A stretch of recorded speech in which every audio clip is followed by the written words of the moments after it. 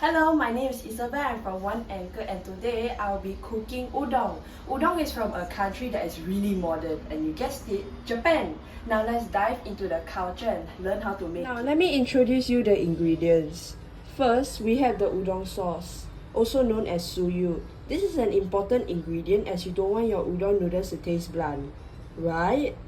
Next up, we have the udon noodles. This is a must to have as they are the spotlight of the dish. Last, we have the nori seaweed. This is optional.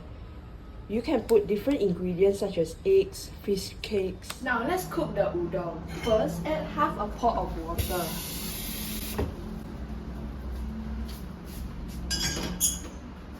And boil it for 4 minutes. Now let's add the frozen noodles into the pot. Use your chopsticks to separate the noodles. Once you see your noodles that are fully separated, it means it's cooked. Add 3 spoons of suyu. Add 3 spoons of water inside.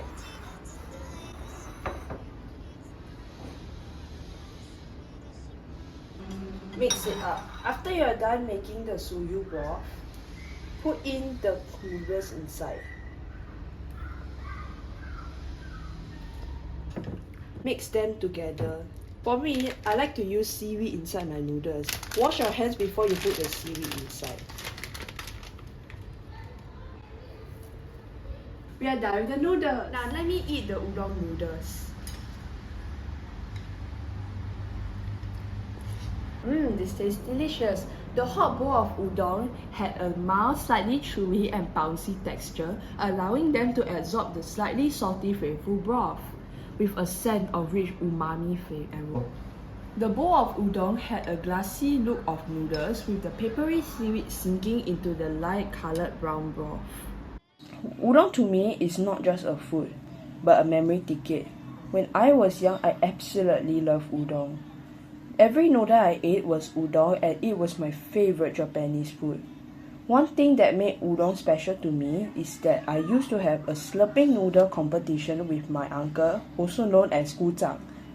We loved slurping the noodle really fast. Another reason is because my family loved Japanese food and udon was one of our first food that was introduced to us.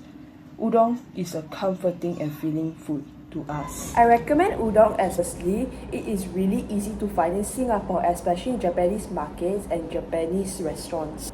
You should definitely try to give it a go.